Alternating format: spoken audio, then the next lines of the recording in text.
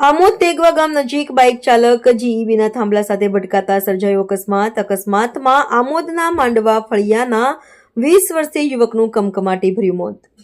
આમોદના માંડવા ફળિયાના 3 યુવાનો તેગવા ગામે લગ્ન પ્રસંગે ગયા હતા અને પરત ફરતા રાત્રિના સમયે બાઇક સવારે સ્ટેરિંગ પરથી કાબુ ગુમાવતા સર્જાયો અકસ્માત. 108 મારફતે ત્રણેય યુવાનોને સારવાર અર્થે આમોદ સામૂહિક આરોગ્ય કેન્દ્ર ખાતે લાવતા એક યુવાનનું મોત નીપજ્યું, જ્યારે બીજા 2 યુવાનોને વધુ ગંભીર ઇજાઓ જણાતા વધુ સારવાર અર્થે ભરૂચ હોસ્પિટલ ખાતે ખસેડવામાં આવ્યા હતા.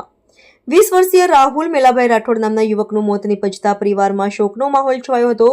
વાયુ વેગે અકસ્માતની વાત ફેલાતા તેમના સ્વજનો અને મિત્રો મોટી સંખ્યામાં આમોદ સામૂહિક આરોગ્ય કેન્દ્ર ખાતે દોડી આવ્યા હતા. અકસ્માત બાબતે આમોદ પોલીસે ગુનો નોંધી વધુ તપાસ હાથ ધરી હતી, જ્યારે મૃતદેહ ઉપર કબજો મેળવી પોસ્ટમોર્ટમ અર્થે આમોદ સામૂહિક